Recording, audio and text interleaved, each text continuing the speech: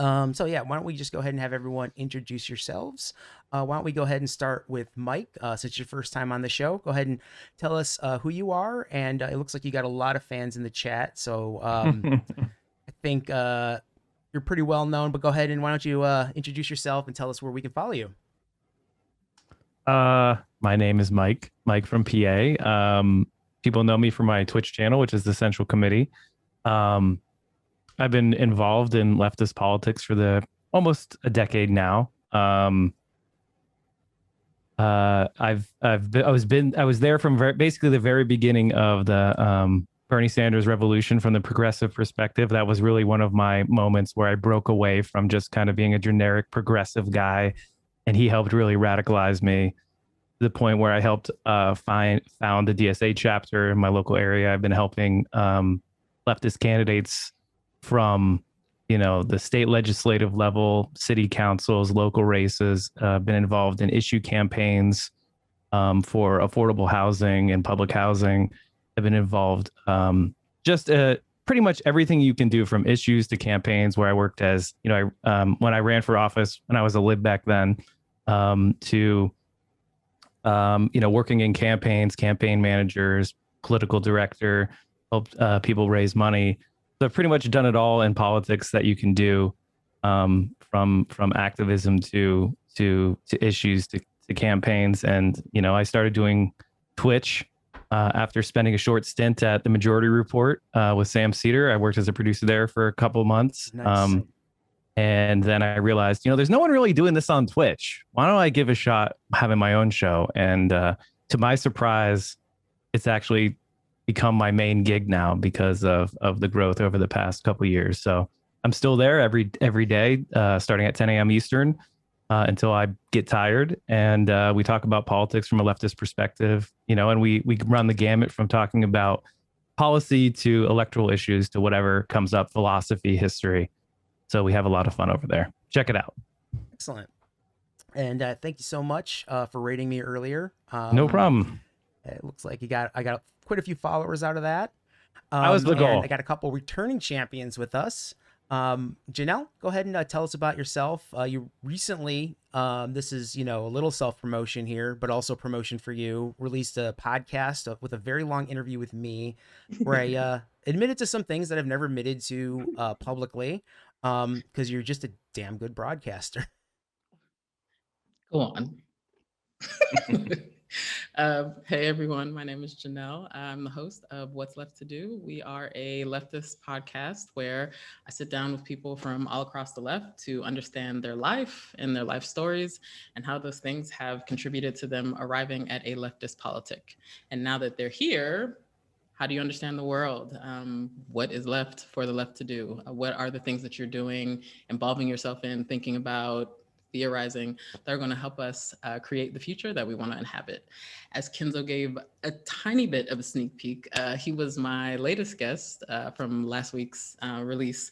And in part one, I get all up in everybody's business. So there was going to be no different for Kenzo. We talk about in part one how he was like a little bit mean in high school, but kind of always him. And he was also, my words, a little bit of a dumbass one night in college where he almost killed himself and thought it was just like rad. And I was like, what are you doing? Like a jackass stunt. It wasn't like it was a dumbass story, not really a sad It was story. like, it was voluntary self-immolation, which no political agenda behind it either. It was a hold my beer moment, is what you're saying. Absolutely.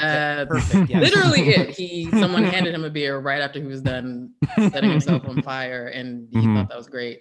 Part two, he talks about how he and some other educator comrades took the CTU from like ashy to classy because 2003, the union was a mess, and they worked really hard to get it to be worth a damn and, quote, present in people's lives.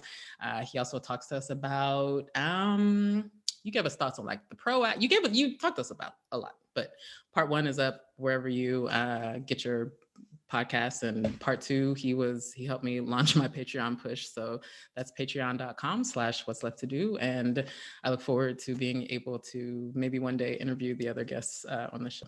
All right. Thanks, Janelle. And Tom from the Trillbillies is here as well. Tom is a great guest. We love having him on. I love the hat. I did some fishing for the first time in years this Hell week. yeah. There were I heard there were bass in there. We didn't get any of them. We got some Where'd you bluegills go? though. Where'd you go? We went to a place in southern Illinois. It's like a man-made lake, Oh, a lake house. So Stock. these weren't like fish that were natural to the environment, but right. they were introduced. Yeah. Hell Yeah, yeah. we have family down there, so that's where we took the week to just unwind. Yeah, you gotta keep me up on the honey holes if you find them. Nice. Like Kenzo said, I'm Tom Sexton from 1/3 of Trillbillies podcast, and we cover, Appalachia, the South, all that kind of stuff from a left perspective, and happy to be here with y'all. All right. Well, thank you. Why don't we get into the topics now of the week? We have 4 topics we're gonna go through. Just pulled from the week's news. Being on vacation all week, there were like 3 days where I wasn't even on Twitter, like for the first time since the pandemic, definitely. And it rerouted my brain where I wasn't constantly reacting and being pissed. It was pretty nice. So I doubled the tweets as soon as I got back. Ruining all that elasticity you gained. Yeah. Well, you had the dopamine you need, so you got to go and get it back. Yeah. So yeah, for the first topic, Twitter and Facebook seem to have like a monopoly on like the types of platforms they are. Do these companies have some sort of moral obligation, you all think, to police this kind of content? Recently this week, Nick Fuentes, who is unfortunately from the state of Illinois, I actually know someone who went to high school with him, was not a liked guy, from what I've been told. He's been banned from Twitter, and people are having opinions about it. So I'm curious what all of your opinions are about, not necessarily specifically about him, but like the whole idea of like, are we going to create better platforms by banning these people? And anyone who wants to start off, go ahead. Go ahead, Janelle. Okay. As I think maybe the resident erstwhile techie, I think there are a couple of things here we need to like kind of get clear about when we discuss like, whether or not these platforms should or should not have the power to ban certain segments, because, maybe that takes like toxic speech off of platforms, But with regards to whether or not they have any moral obligation, let's talk about their legal obligation. So section like 230 of the, what is it, Communications Decency Act. I know the CDA are like the acronyms, but like that basically, like they have immunity from any sort of liability for anything posted on their platforms. So legally, no, they don't have any obligation to police anything, because they'll never get their hand slapped, unlike say the New York Times, who is even though it is considered like, I guess, old media, and though it is online, they are subject to other rules that kind of keep them. Maybe the New York Times isn't a good example, but but other publications that publish digitally. But with regard to, I think it should be Twitter, Facebook, and Google, because Google vis-a-vis like YouTube is also kind of a part of this monopoly digital platform. Well, Twitch is part of Amazon too. And Amazon, right? we still get back to the FANG, monopsony of it all. But I think that like, because they don't have any legal basis to have to, rein in content, they won't. And we know, thanks to it was a Wall Street Journal a big piece last year that like, when presented with the option to like tone down the divisiveness on Facebook's platform, executives looked at the data and said, we're not going to do that, because that would decrease our audience share. And surprise, surprise, a profit-driven firm is not going to, elect to diminish the amount of profit that they're able to generate. So they won't. But absent them being a good actor, I think a reasonable question to ask is, absent them doing the right thing, what can be done to force their hand? And personally, I'm of the mind that Facebook in particular, with its over 2 billion, active users, which is like the world's largest broadcaster and publisher at the same time, these things should be treated and regulated like utilities, because our aggregate data, you, me, Kenzo, Tom, that is what powers these platforms to exist and extract these outside profits. They need to be treated as like that's a part of the public good, I think. So if that is the case, then the FCC is able to step in and kind of reimagine like what is or is not the public good. But absent treating them, I think, like a public utility, or breaking them up like we did, AT&T back in the 80s, they're going to keep doing what they want to do because that's what the law and our regulatory framework has empowered them to do. So. Yeah. As far as to go back to jump in next, as far as the moral obligation stuff, for me, when I look at these firms, I think you're right to point out that they are these amoral machines whose only interest is maximizing perceived, shareholder value. Has nothing to do whatsoever. So the reason why they're banning Nick Fuentes is because it makes their brand look bad. It makes Twitter look bad. It has absolutely nothing to do whatsoever with some sort of excess of what's reasonable free speech. They don't give a shit. They don't give even a little bit of a shit about that. That's great. I'm reminded of Reddit, which is another major platform. They used to have these boards called jailbait, where they were basically these stolen pictures of underage people that were posted for sexual, prurient interest. And those boards were up and people complained about them and reported them for years and years and years. And it wasn't until there was a major media story about the subreddits that they started banning them. And, I see some people, I want to present the argument of others who I think are in good faith saying like, hey, if these channels, platforms can ban people like Nick Fuentes, well, one day they're going to come back around and start banning, anti-capitalist speech. They're going to start banning leftist speech. They're going to start coming after us. And first they came for the Nazis and I said nothing. And then they came for the communists and there was no one left to speak for me. That kind of logic. And I got to tell you, I don't buy it. As soon as I heard that Nick Fuentes was banned, I celebrated. I loved it. I laughed my ass off. Fuck Nick Fuentes.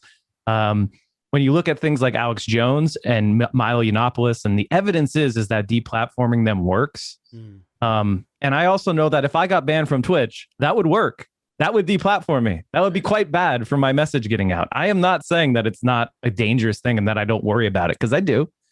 But the reality is that like these corporations are going to do what they do for profit. As far as right wingers, I'll celebrate every single one that gets banned. You can call it unprincipled. I don't believe in unrestricted free speech anyway, so so I disagree. I disagree there. I'm not super interested in whether or not like someone who has what I would perceive as odious like right wing views is allowed an audience on any of these platforms. I'm not concerned about that. My concern is like that because of the massive size and reach of these platforms, like there needs to be some friction introduced so that like dangerous or I don't know, whatever type of messages, they can't go around the world with such quick lightning.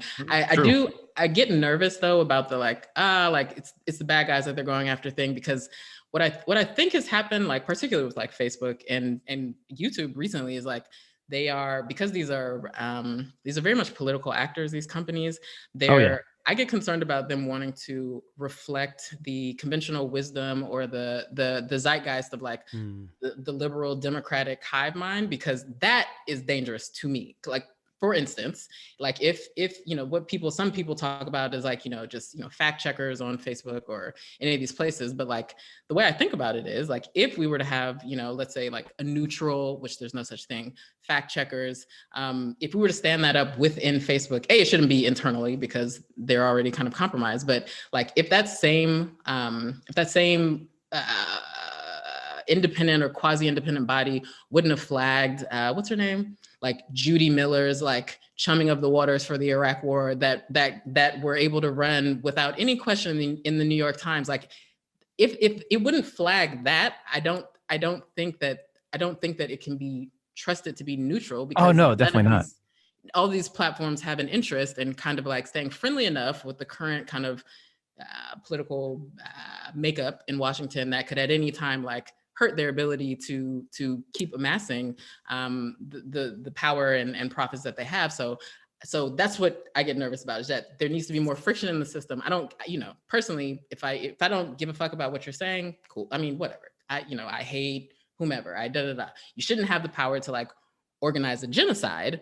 But if I disagree, that's fine. But more friction in the system means that such, odious or dangerous messages don't have the same ability to like boomerang around so quickly.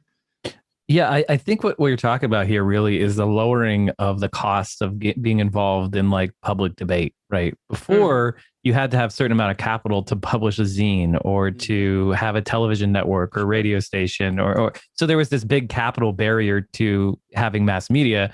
And what social media has done is lowered that barrier basically to zero. The issue here is, and I don't have a problem with that.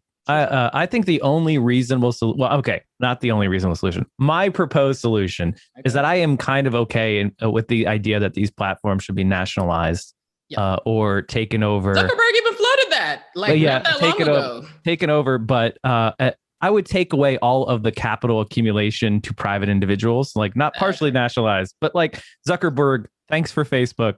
You don't own any of it anymore. That's right. You have $0 of wealth, would be what I would do. Sure. But other people might disagree with that. And I think that like allowing these individual speakers to be dealt with via the way that we did it, when if they published a magazine saying that you were that you committed some crime, they accused you of murder or a pedophile or something, your only recourse to that was to sue them for slander and defamation. Sure. And the damage is done at that point. Yeah, and the damage is already done. That's the problem. And what we have with Facebook is it isn't just a neutral publisher anymore. They actually curate this. They curate and serve it. That's right. And this is the difference between like a publisher publishing a book. That's right. And they would be sued, by the way, if there was defamation in it. That's right. Because they're subject to different rules. Right. So I think, quite frankly, like, to be honest, they are curating this knowledge and providing it to people. So they are, in effect, intervening within the flow of that person's information to provide them with the algorithmically curated information. So they have gone from being a neutral publisher or just provider, like a telephone service. Like you can't sue AT&T if you lie about someone on your cell phone, right? But if AT&T called me up and said, hey, here's this lie, then I probably should be able to sue AT&T. And I think these big platforms are probably closer to that than they are to a cell phone company. And so, this is difficult stuff. This is new technology. It's different in kind from the stuff I'm analogizing, but ultimately, what we have is outdated is the point. Like this, yes, it doesn't make sense for like what we have now. It needs to be updated whole hog. One of the things that it's a bit of a side, but this is related. Like when I was working for the Chicago Teachers Union in 2010 to 2013 or so, even before that, when I was just doing independent union organizing, just through my caucus, social media organizing really did work because they didn't monetize and throttle the algorithms the way they do now. So like if I got 100 activists to tweet the same thing on Twitter about the mayor, it could go viral. And the report, because these platforms were so new at that point, I was able to get a lot of media coverage because the reporters would actually report on the fact we were using social media. So like this was just like a real hot time for doing all that. I want to say around 2013 or so, when Facebook was like, well, we could have people pay to, prioritize their posts in the algorithm. Now, like unions have to compete with insurance companies. We have to compete with, real corporations, ones that don't just extract, take $500 to $1,000 dues in a year. Like they make real money.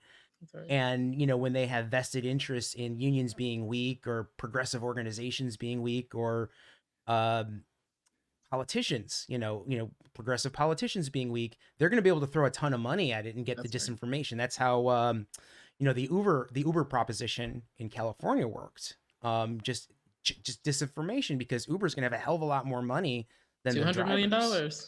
Like, Tom, but what happens when, Google looks for, you know, they do a search for all the Workers Party podcasts, and they see Trillbilly Workers Party, and they come for you all. What are you going to do? I've thought about this a lot. I've also thought about just the sometimes flippant nature of, you know, facts as you report them on a podcast versus, you know, if I work for the New York Times. And then Right. I kind of coming back to Janelle's point, it's like, well, you had all these sort of Pulitzer Prize winning journalists just like reporting absolute bullshit, trying to, you know, beat the war drums for the Iraq War. And even this past week, I'm like, a sort of hyper local level, my co-host wrote a piece in the Baffler about like really how the opioid crisis didn't really happen the way we think it happened, that it actually became sort of a punitive thing that, like, at least where we're from, local police, you know, there was no sort of like treatment alternatives or anything like that. So local police just like criminalized use and all these things, and it just had detrimental results. And a lot of our same like local journalists who are like highly respected and very decorated and award winning and all that, we're just reporting all these bullshit facts about these spikes in crime because they took police at their word, when like these police agencies were incentivized to criminalize drug use. And in my mind, it's just kind of like what Janelle was saying. It's like, that's not really that far from Milo Yiannopoulos, you know, you know what I mean? It's just more accepted, Right. You know what I mean? So, I think that's definitely a dimension of the whole thing that needs to be considered. Yeah, no, I think you all raise a very good point. Is like, we saw the world right before, you know, social media took place, and that was the war in Iraq. That was the war on terror. That was when we had all the gatekeepers and all of the truth, you know, when everything was hard for people to say. That resulted in the Iraq War. And in fact, much of political online space that we're all occupying right now was created in reaction to that. That's right. The Netroots. I don't know if you guys are old enough to be around for that, but it started out with people reacting to the Iraq War. I remember in 2003, when I was 20 something years old, we were constantly looking for spaces where people could just say common sense facts about the Iraq War. When you turned on every single channel on television or read any magazine, it was the same old shit. Yeah. And so many people just knew in their hearts that it was not true. And then also just to that point, like you marry, there's an unholy marriage of like traditional media and social media, like colliding with like the whole Russiagate thing, where to the point now you even have like left people who should know better, I should say, who are taking, you know, every fucking nightly broadcast that Rachel Maddow is like, you know, spazzing about, and they just know that like Russia is the most direct, you know, dangerous like threat to our democracy, when like Aaron Mate is like right there. Like his whole beat for like the last 4 years is right there with the facts about like this is made up out of whole cloth for political ends. So it's like, if you know Twitter or Facebook, Google were to come up with, you know, some magic board that's supposed to like set the bounds for like conventional wisdom, like we would have, it wouldn't have caught Russiagate, or it wouldn't have flagged Russiagate, it wouldn't have flagged WMDs, it wouldn't have flagged masks at the beginning of the pandemic, it wouldn't have flagged aerosols at the beginning of the like, you know what I mean? Like, because these things are interjected into the media landscape with a particular political intent, like they are not neutral, and there's no way to suss out some level of neutrality, because conventional wisdom, you know, shifts, like it takes different forms as things unravel. That's not the word. Well, I think to build on what you're saying here, it is just, well, first of all, the status quo is neoliberal. All these institutions are organized and they're constructed in order to pass and spread neoliberal propaganda that is service the status quo. They're to police the bounds of acceptable discourse to make sure that the people at the top of the hierarchy remain there. And so like when we talk about, you know, radical or even not so radical, but it seems that way in America, policies, they are constantly being policed. I can think of a number of times where Bernie Sanders was fact checked by the Washington Post fact checker. That's right. And he gave him Pinocchios for things that he was telling actual statements about. Mm-hmm. Right. And he said, well, the facts are true, but it leaves you to believe something that I don't agree with. Three That's Pinocchios. And it was just like one of those moments where you're like, well, that kind of right there explains how these organizations operate, which is, if somebody wants to bring that example in chat, it'd be useful. You remember Prop or Not? You remember that that was like a short-lived smear that, again, the Washington Post was behind, like right after 2016. They put together this list of all of the lefty independent digital Black Agenda Report, Truth Out, Naked Capitalism, Yes, I do. Funded by that? Russia. Funded by Russia, right? Yeah. Mm-hmm. Yeah. I do in fact remember that. Yeah, these people. One thing, just to bring up something to brag about a little bit. Milo Yiannopoulos was supposed to perform in Chicago as doing some sort of one-man show in this really old decrepit theater in the Cop neighborhood, and it was of course widely publicized, but just kind of someone slipped the information to the Chicago DSA.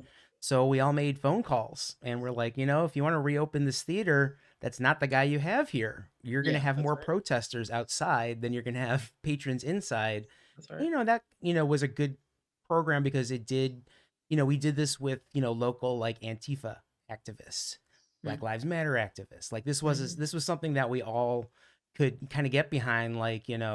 Sure, we believe in free speech, but we also don't want this person to build a fan base in one of the police neighborhoods on top of all of it in our backyard. Because what's going to happen then the next week, Nick Fuentes would be speaking there. Right. And then Gary Hamburglar or, Heimbecker or whatever, well, it would become a thing. It'd become a scene. So we're like, no, not in our community. That's right. Well, Kenzo, Illinois Nazis are a thing. Hasn't the Nazi movement always been very strong in Illinois? Didn't Arthur Jones, who was the former president of the American Brothers, but it's so true. No, Arthur Jones ran for Congress. He used to be the president of the American Nazi Party, won the Republican nomination in Marie Newman's district, right? Yes. Yeah. So those are so there's really Nazis in Illinois. That's a thing. And there's Nazis everywhere. I'm not trying to call out Illinois as specifically Nazi-ful, but just there has been that organization in the past. People laughed about it, but it's not like he only got 3 or 4 votes. He got thousands of votes. Hey. And those are people that might not be able to turn an election, but they could burn a cross, if they got organized. And we needed to have them not have celebrity, and things like that. And we actually have for years a really strong anti-racist action network. This kind of started out of the punk scene in the 90s where they started doxing. I would get a newsletter sent to my mailbox, we all did, which had the addresses of Nazis and their rap sheets. And I don't know how they did it back in the day without, not the internet we have now, but they did some real research. These were skinheads in the South Side. And, some of the anti-racist skins got murdered, did jail time for doing all this stuff. But it was really about keeping these people out of the community. In fact, there were a few years ago where there was a meeting in the South suburbs at some banquet hall. And the ARA got hold of it, and a bunch of activists literally ran in with not guns, but machetes and bats and stuff, just to not just to fuck up those people, but to send a message. And a couple of the activists there are still in prison because of it. I think they're going to be doing serious, young men, really young people. Not something that I would ever sign up for in activism, but I don't know. I guess that's also another question. Do we need, the kind of lump in folks that are going to take it a step further, since we are living in racial capitalism that's just not fair? Janelle, you're I'm just you're nodding. Yes, you're gonna need some hitters. So what I would say is on twitch.tv, the rules is that you can't actually advocate for any thing that would break a law in the jurisdiction that you're in. Mhm. So I would never advocate for that because I'm on Twitch. I could never advocate to break a law. However, what I would say is it's pretty clear that self-defense is warranted.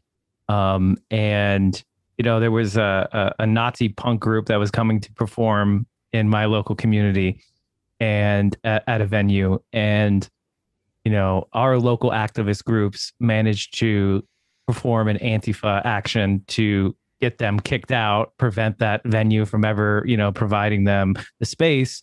And anytime you see fascist organizing happening in your community, that is an emergency that you need to disrupt immediately, because the longer you let it go, the more dangerous it gets. That's right. I just talked today because the Euro is happening in Europe right now.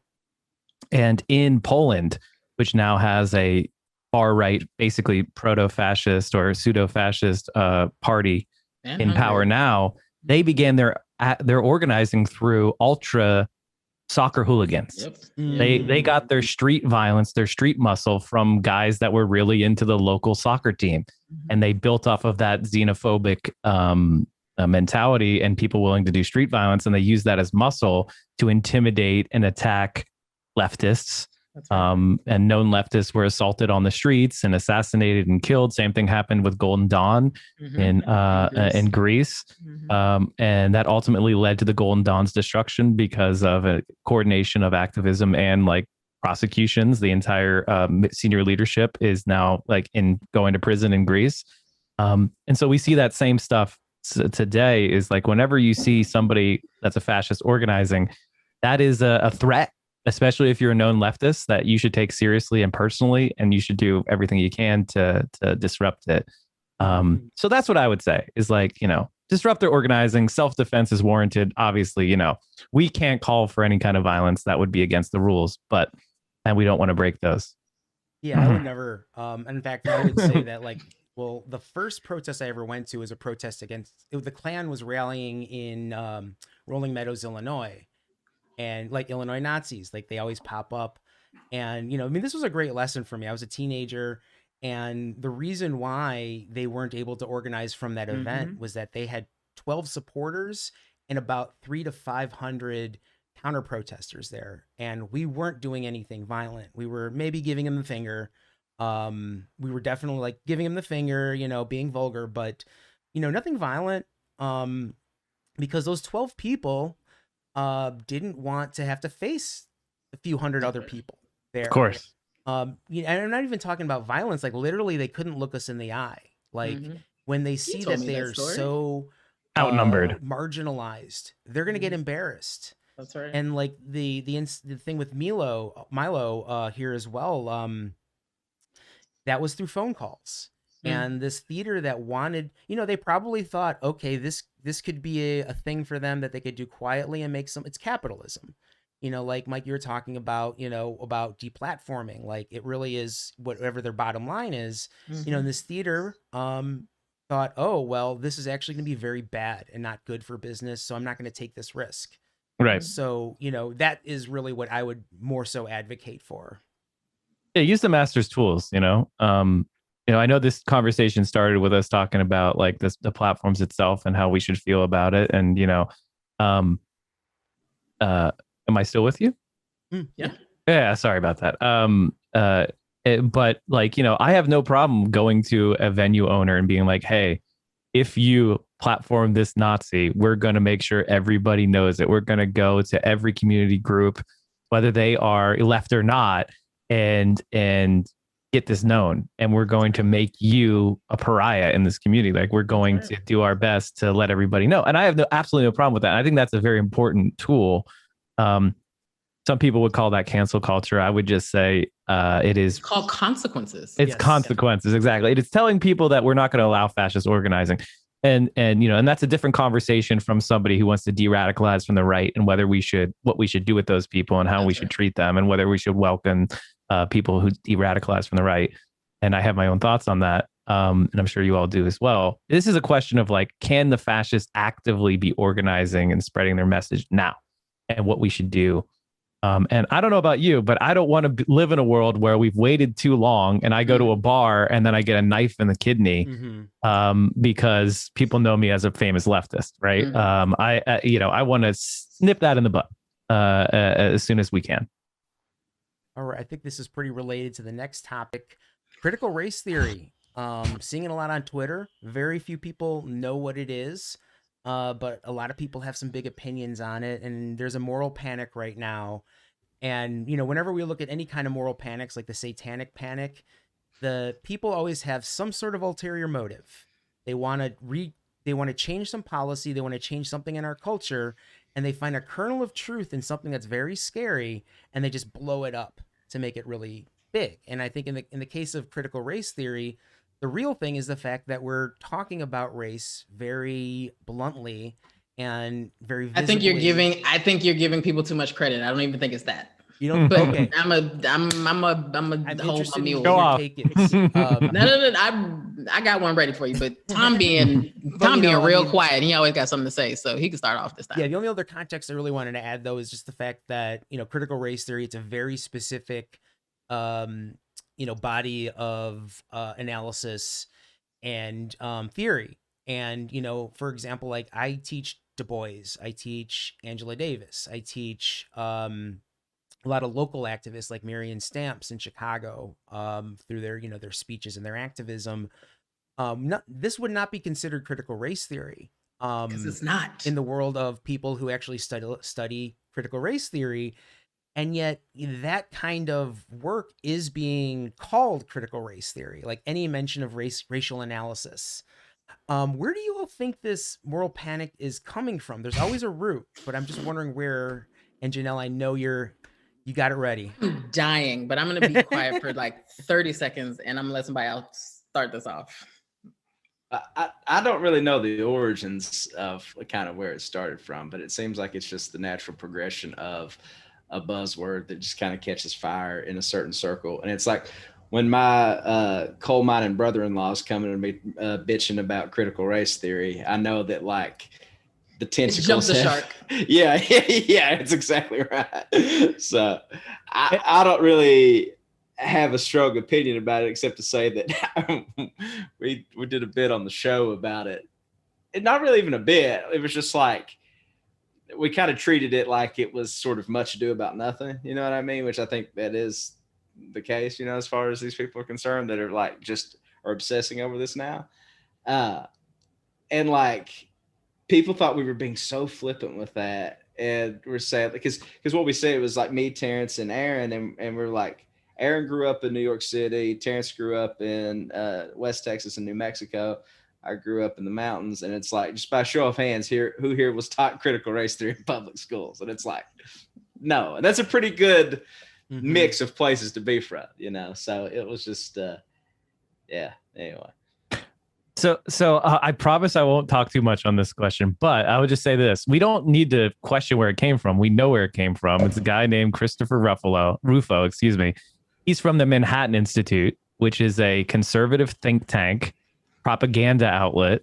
And he specifically went out there and said, I'm going to manufacture this thing that I made up called critical race theory. It's the same thing as the Tea Party. The Tea Party was founded in Chicago on the Board of Trade on the floor by a CNBC guy saying that he didn't want to pay the mortgages of the guy next to him during the financial crisis. That's right. And they flipped out over something that never happened. Obama did not pay the mortgages of all those people. Millions of people were foreclosed on. African-American wealth was destroyed in this country, and a lot of middle-class people lost their homes of all races. Similarly, with critical race theory, it's just a theory that it's a couple things. It says theory, which conservatives were primed to be suspicious of, especially Southern conservatives, because they think evolution's just a theory. And some leftists too. It's the word theory. Yeah, it says race.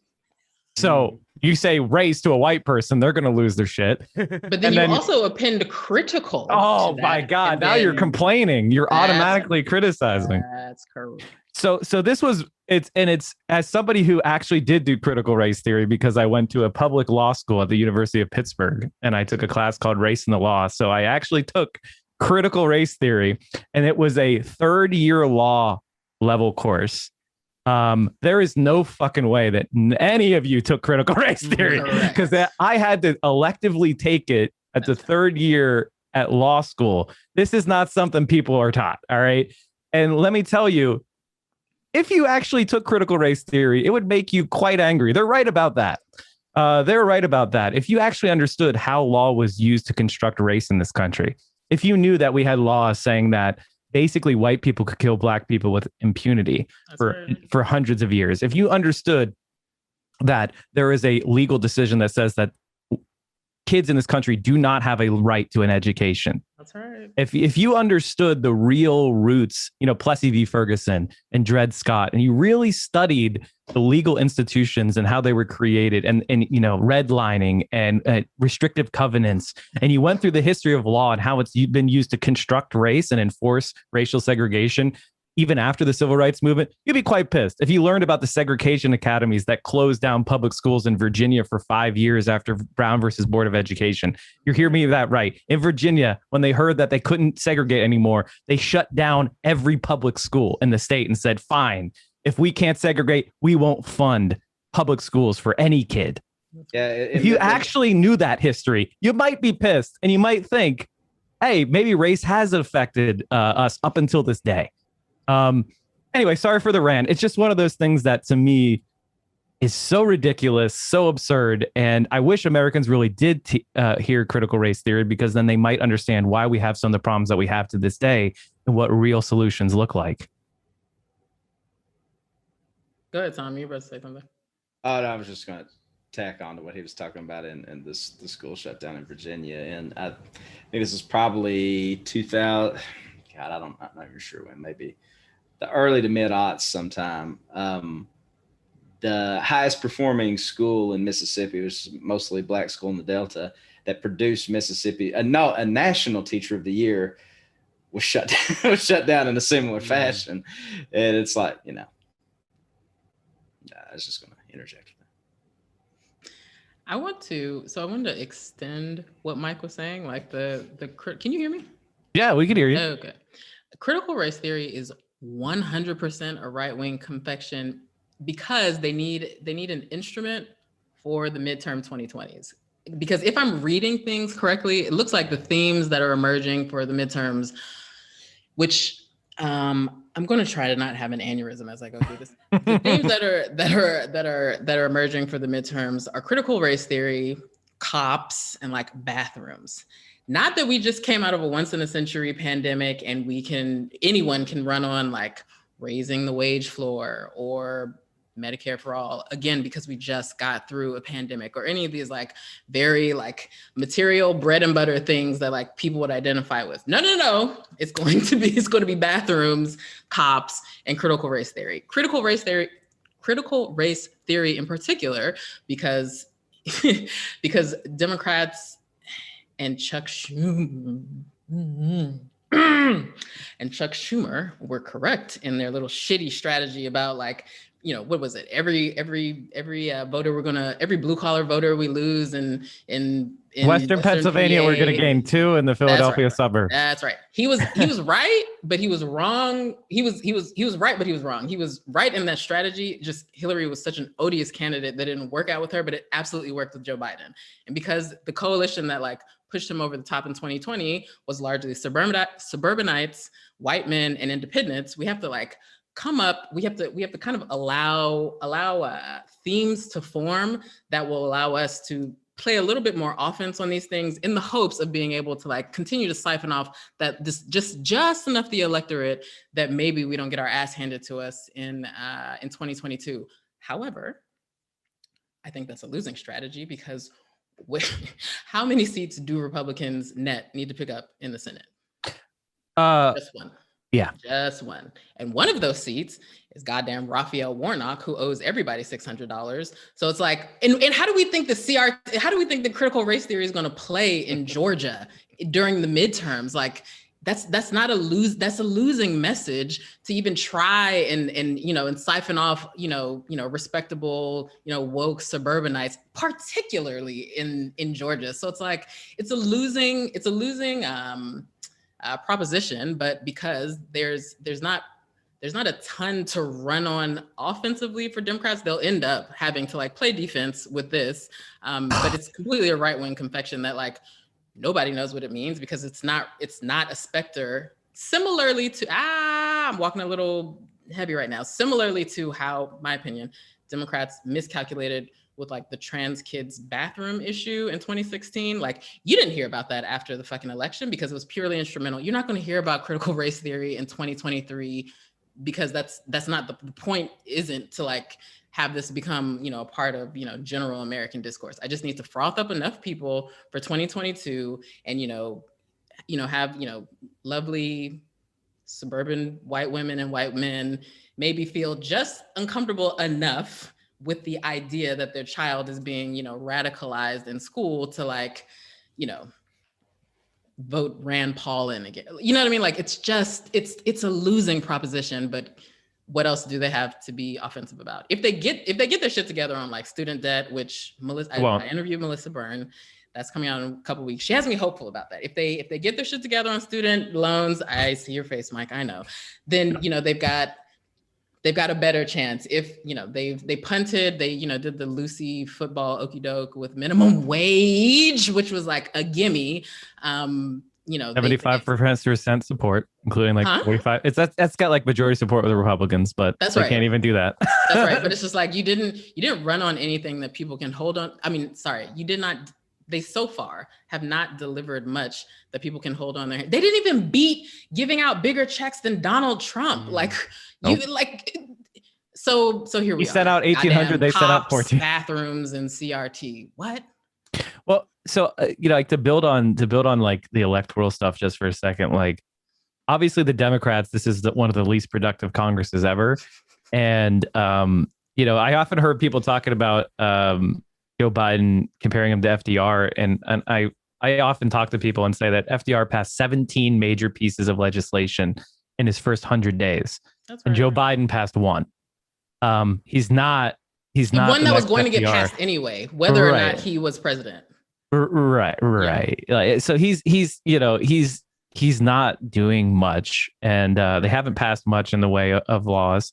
And the thing that I'm really concerned about is kind of like the structural disadvantage of like left-leaning people, period, being permatized in a way. It is being turned into like just a feature of American society, kind of a pseudo-apartheid, where just people of color, left-leaning people, young people's votes are going to be downweighted to such an extreme degree that, you know, maybe Democratic presidents can win, you know, nationwide. But as far as like in the legislature, you know, a person in Wyoming has 80 times the electoral power in the Senate that someone does in California. You know, the gerrymandering that they're planning on doing, because they're allowed to draw the districts because the Democrats won't pass HR 1, which prevents political gerrymandering. And because Democrats keep getting their ass handed to them in local and state elections. Well, they get their ass handed doubly because it's gerrymandered at the state and local level. Fair. And so, you know, and the thing about gerrymandering is it's very effective. And it's the same. And, you know, I think the Republicans are right about one thing. If we're going to do our electoral takes, I think Joe Biden won because of COVID-19. 100%. No pandemic, no Biden. One, because Trump fucked it up.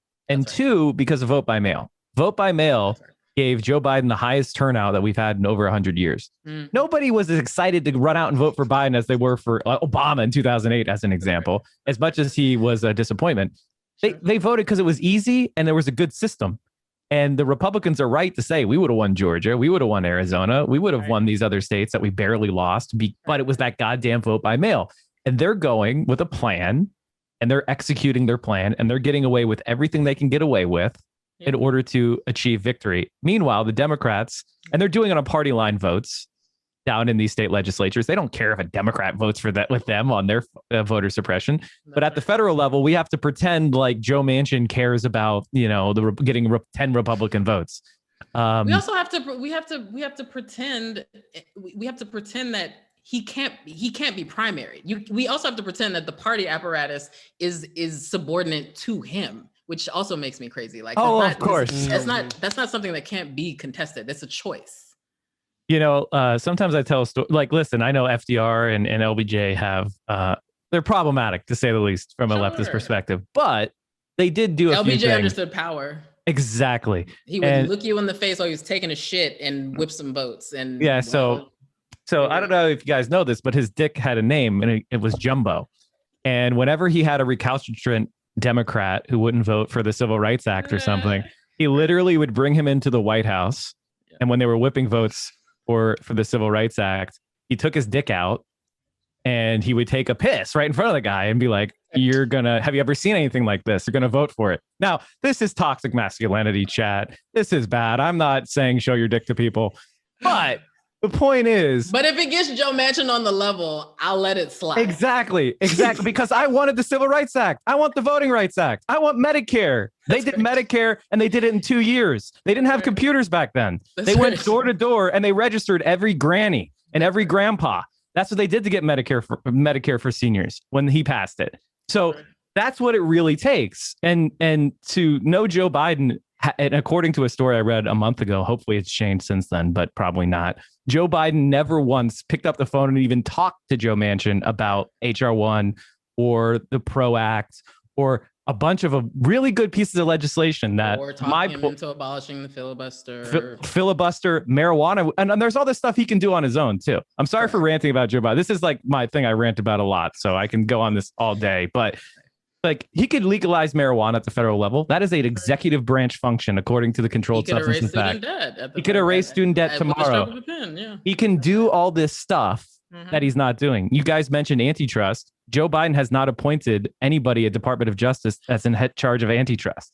Well, that job is vacant. Now we have a good person, the FTC. Yeah, he is actually he's doing not enough because it's not legislation, but he is signaling like two, like I think one really important kind of antitrust gesture via executive order for the maritime and like shipping industry to like deconcentrate that. Again, it's all right, but it's not legislation. So it's something, but I guess. No, she's great. Like, listen, like, this is when you get a Democrat, you're going to get some random good people that slip in and you're going to be able to hold on to that so you don't lose your mind. I mean, that was the reason that Bernie Sanders did everything he could to help him with things like this. Sure. And listen, I'm worried. Like, we got Roe v. Wade. We just had a huge defeat on the Voting Rights Act that was 6-3. It was devastating. Yeah. And the more bad shit's going to be happening. And, the right wing is really losing it. Like I watched a lot of what they say frequently. They were cheering the fact that the vaccine, rollout has gone down. That stuff, that's pretty disgusting. Like the idea that we're not going to vaccinate people and they're going to die needlessly over a disease that we figured out how to handle is just wild. Jacobin magazine just put out this article about voting habits of working class Black people, specifically in wards where socialists were running, and socialists did very well with that demographic, which counters this narrative that people like Rep. Clyburn put out, that socialism isn't going to work with working class Black people. And the idea that Medicare for all is just not going to work. But looking at the numbers out there, it really seems to not be the truth everywhere. What do you all think about what Jacobin found out here, and how we can counter this narrative and really build working class multiracial coalitions to elect the right people?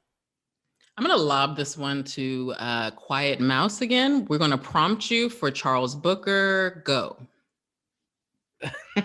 No, why don't you go, Jay? Okay. Well, you guys, I'm a tack on guy more so than tack on guy. See, the problem, guys, is I'm a Twitch streamer, so I will fill dead air for like 2 hours. Yeah, y'all are good at it. You got to jump on me.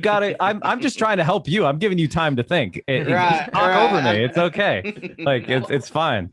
Well, I think it was so. I read the piece that you dropped in the notes, Kenzo, and I think what's really interesting that so I read that and I was thinking about an interview I did with Malika Jabali that'll be coming out this week. She is I think she's a founding member or like the minister of propaganda. I don't know, for an organization called Operation Power, and they are they're located in, I believe, East New York. So that's like a neighborhood in Brooklyn.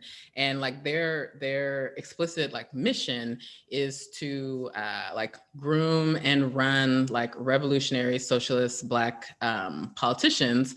And in that work, you know, when they're very deeply ingrained in the community, because part of their strategy is electoral. It's reforms pending revolution. And what she said was, you know, you go out in the community, and this is like a working class and or I don't even know what the right distinction is there, but working class and or poor, like largely Black district. You go out and you talk to people about the benefits and the spoils of socialism, and it's like, yeah, that sounds great, but I need a job. I need housing. Like, what can you do for me? And like that's the takeaway is like, you know, people, you can flood people with theory all you want, but if you don't give them something to hold in their hands, it's not real, it's not relevant. So these people, you know, they have a jobs program that they spun up recently. There is, I think one of the representatives that they got elected to the state assembly secured, I think like 1,000 or 10,000 units of like affordable housing, and like real affordable housing, not this like 110% of AMI that they like try and fool you with. And that is how they're able to win and build community support for politicians that are explicitly socialist. Like her godfather was the one who like started the organization. He was like Tupac's godfather. So he's like about it.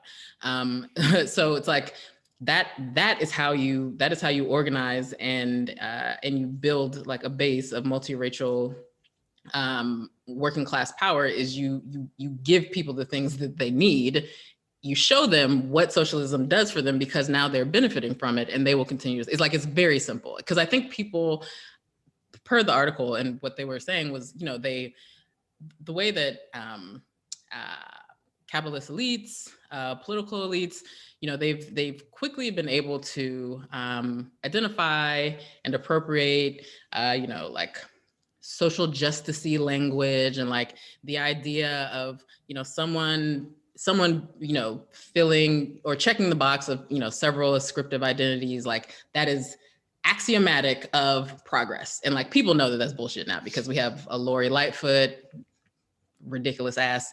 We have a London Breed. We have, you know, all these terrible, feckless, like Black politicians. So it's like people are starting to get hip, but you go to them as a old white Jew from Brooklyn. You go to them, Bernie Sanders, and say, hey, look, you deserve to be able to go to a doctor and not have to worry about a crazy bill. You deserve a job. You deserve a clean environment in which to live and raise your children. You deserve housing. And people are like, you know what? There's something about that, but there's something like deeply insidious about suggesting that like this is socialism writ large is like something for Black people to be scared of, when so many of our revolutionary leaders were explicitly socialist. But that's the project of like Clyburn and his ilk, because, you know, they're the cutouts through which our capitalist elites maintain and amass power, because it's like distracting. Yeah. So, man, I have so much to talk about on this, because I'm kind of famous for a specific type of historical movement that I am trying to remind people of, that was called sewer socialism, which was the most popular socialist movement in American history back in the 20s, 30s through the 60s. Up in Milwaukee was the headquarters. The first explicitly socialist congressman was elected there. And they took over the city of Milwaukee. They had socialist mayor after socialist mayor, and they were called sewer socialists because when they came into Milwaukee, it was basically an industrial ruin out of, you know, some sort of a Victorian era novel, with pollution, no, you know, facilities, no public housing, no public parks. And they came in and they built the best, and they were considered the best mayors in the country for 30 years. They built up public infrastructure, the best park system in the country, you know, public housing. And so people saw socialism up close, and they realized that it was like high quality public housing for their kids, parks, recreation. Like they did it all. They, you know, that was a full provision of services. The first, you know, municipal fire department, all this stuff that we take for granted, they really helped innovate. That's right. There was also a movement in Vienna called Red Vienna, and it has a legacy to this day. At this point right now in Vienna, which is the most livable city in the world with the lowest rent, 60% of people still live in social housing or public housing. And so that, and the average rent in Vienna is $400 a month. And that's like one of the most beautiful cities, most desirable cities in the world. And it's because they do it by decommodifying as much housing as possible for the bottom 80% of people. And they make that a direct like promise that you're going to have affordable housing if you're a Viennese citizen.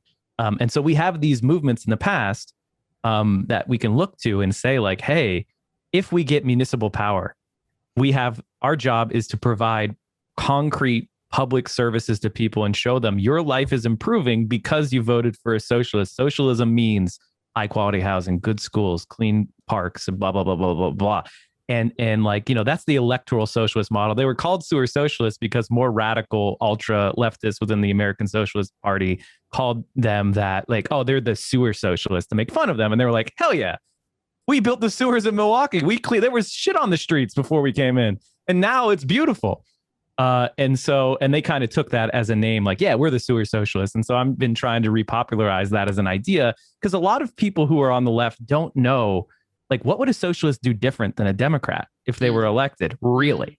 Like, what would they really do other than talking bad about how the rich is bad or landlords are bad? What would you actually do? That's right. And we have to have answers that are concrete, like we will build this housing, we will tax this, we will do this, and provide like material improvements for their lives. Otherwise, our movement will have no legitimacy. And for those people who aren't ideological, which is like 90% of people, they're going to think we're frauds. And so it's up to us to like deliver. You have deliver to an affirmative vision for the future. And then also start to execute it. Like, you have to execute it. You have got to show them. You got to build the trams. You got to build the public transit. And when people's lives start to improve, that's right. Then when somebody says socialism equals gulags, by the way, gulags happened before socialists. That was actually from Empire of Russia. Just want to point that out. You could say, actually, no, it's like this really nice city, where we have clean parks. They cleaned up the traffic. It's now you can ride a bike. You can, there's free clinics. Like, that's what socialism means to me, is like my life got better, right, and there were jobs. And so that is all like part of what I think is an important for those of us on the left is to differentiate ourselves from somebody like, a Lori Lightfoot, which, as far as I know, what has she done? Nothing. And so we have to deliver on that. I agree. And I think actually this all slides really nicely into the final topic, because we have to have projects. We, like Mike, you're saying, we have to deliver. One of the things that I think about is even on an organizational level was, Chicago DSA did not get a whole lot of respect in the progressive community of Chicago when we first got this big burst in membership, really until the Bread for Ed campaign, which was a mutual aid campaign that the Chicago DSA's labor branch did in conjunction with the Chicago Teachers Union and our socialist alder people to basically just feed families while the CTU was on strike.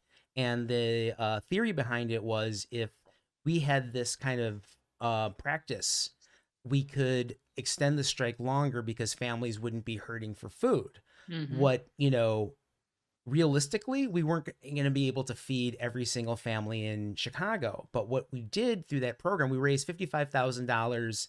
We distributed the lunches through the aldermanic offices of our allies, the socialist alder people.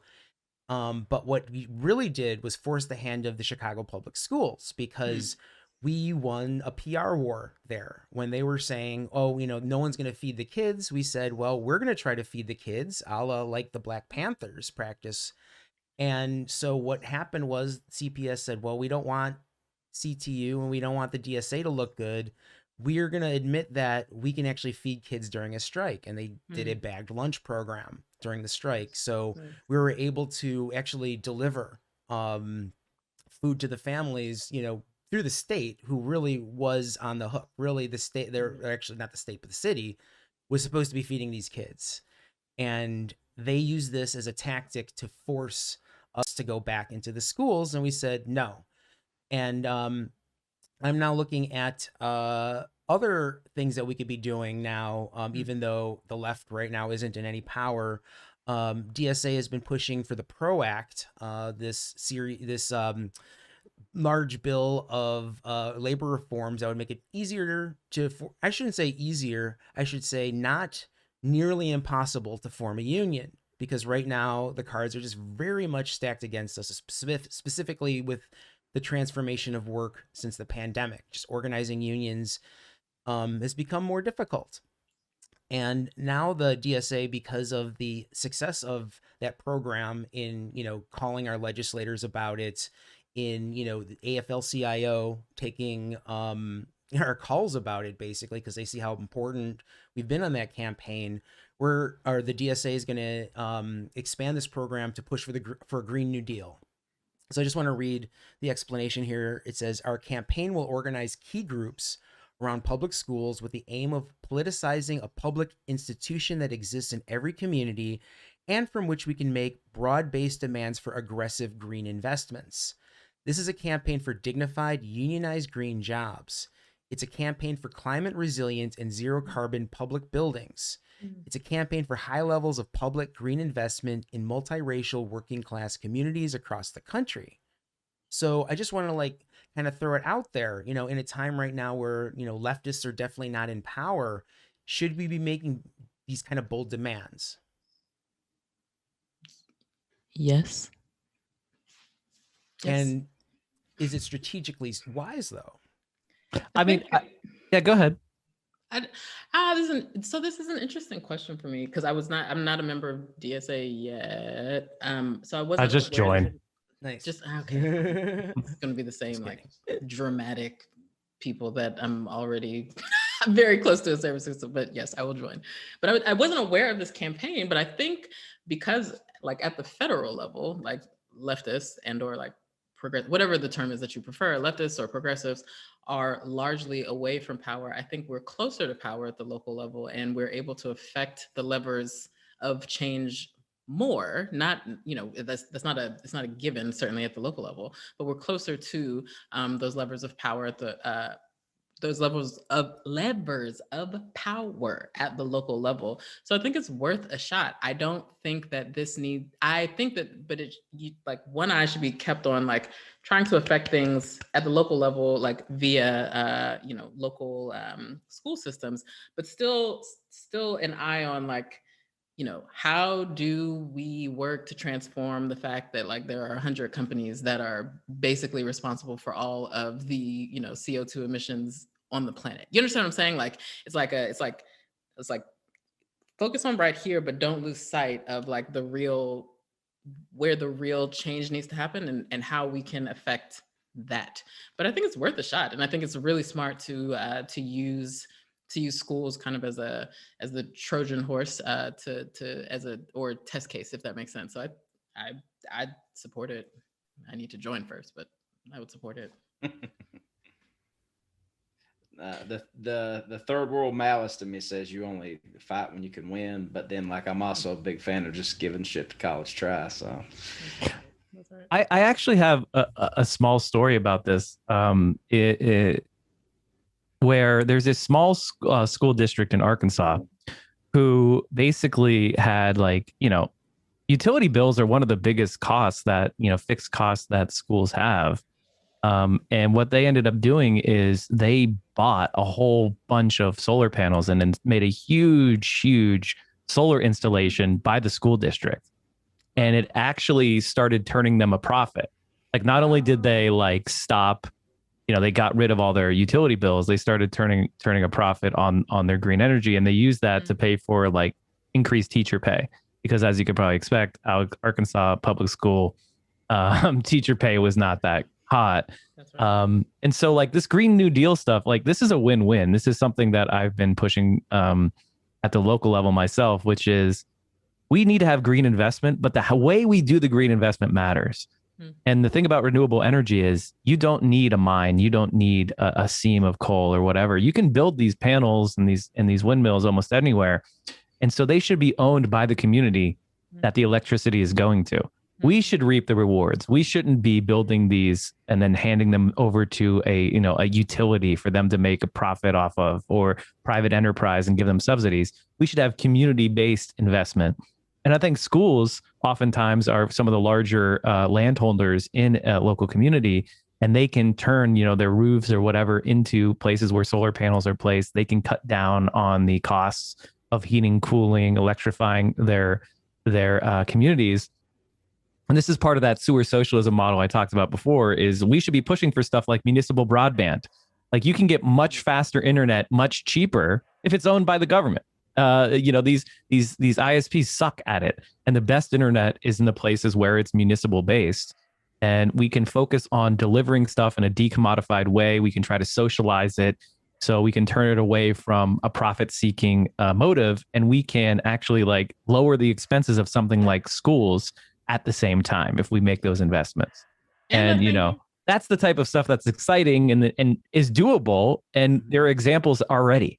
Mike, I'm so glad that you brought up the whole idea of municipal broadband, because if there was any lesson we should have gotten from the pandemic, was that we needed that on day one. The kids didn't have it in their houses. A lot of the kids were using their mobile plans to log into the Google Classroom, and depending on where they live, maybe they got service, maybe they didn't, and we needed that.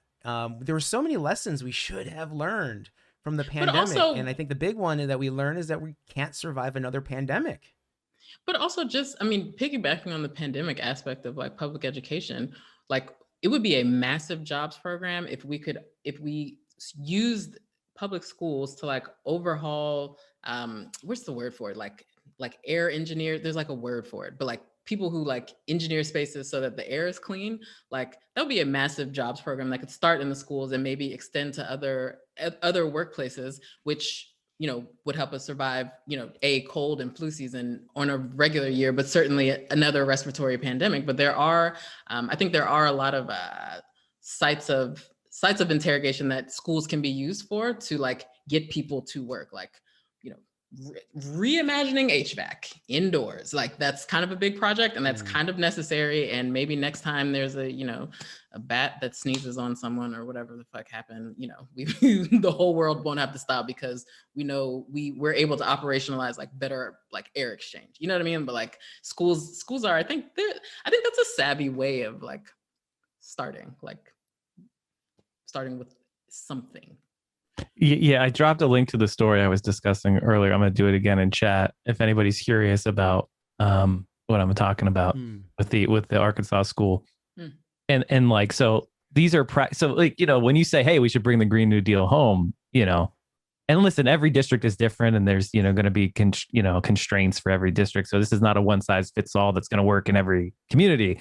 Yeah. But it's just an example of something that you can use. And this is not a fully socialist program. This was just some superintendent going, why don't we just do this? And realizing like they could arrive at something that was positive. But I think the larger example is one of we invest. I mean, socialists should be in charge of, community-based investment that delivers to that community. And it should be used to do things like decommodify things, take away the profit incentive, and provide higher quality of life. That should be our project. If you're a reformist, like I guess all of us are, because that's the environment we're in right now. When the revolution kicks off, let me know. I'll be there. But while we're doing the small work that we can now, this is the type of stuff that we can do. And we can go to our communities and say like, hey, you're spending $500,000 on electricity every year. Why don't we invest in something like this to help reduce our costs? And you can, and when those things happen, you can point to that as a success, as a win. And so when you're talking to your community, like, this all sounds good, but what have you done? You can be like, well, we did this. Actually, we did that. Yeah, and people can connect like your promises with reality. That's right.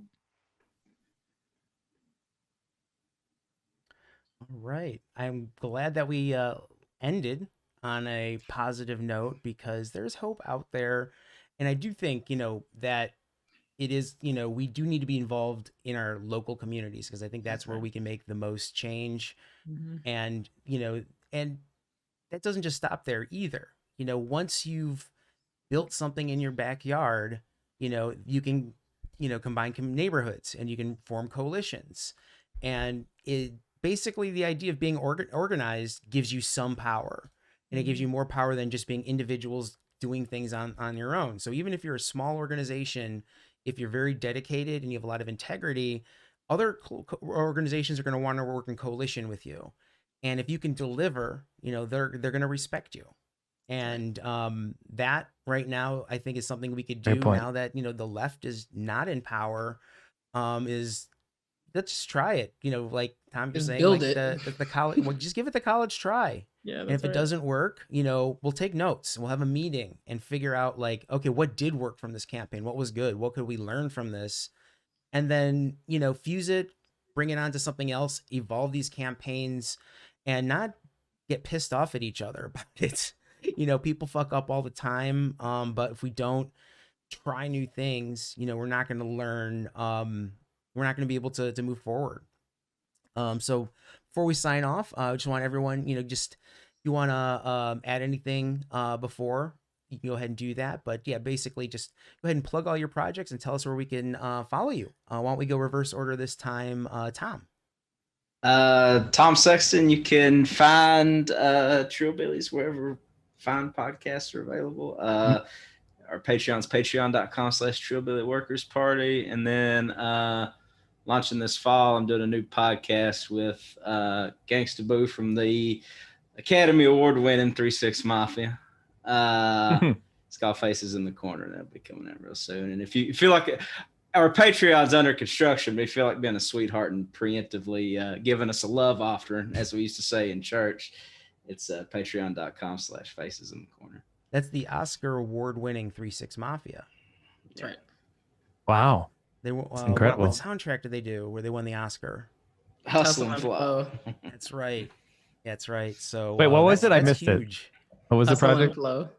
Oh, okay, gotcha. Awesome. And my favorite track is Bin Laden Weed. Yeah, that's right. That sounds like it would lay you flat. Twice. Yeah, I know. Actually, well, 3 times. Yeah, well, 4 if you count Janksville. But anyway, Janelle. Hey everyone, my name is Janelle Jolley. I'm the host of What's Left to Do. You can listen in on my very illuminating interview with Kenzo that dropped last week. We've got what the kids call some bangers coming up. Kids don't say that anymore, and that's fine. But well, they don't. What do they say? You guys probably would know. I'm old. I don't know what the fuck the kids talking about anymore, but whatever. It slaps. It's fire, emoji symbols, slaps. All of those things. I've heard that one. It is all of the above. But you can when did they stop saying the bomb, chat? Wait, no, I'm just kidding. That was a joke. I was like, sir, good night. You can catch What's Left to Do wherever you get your podcast. And we just launched a very humble Patreon last week, and that's at patreon.com/what's left to do, where all of the part 2s of our interviews go on the Patreon.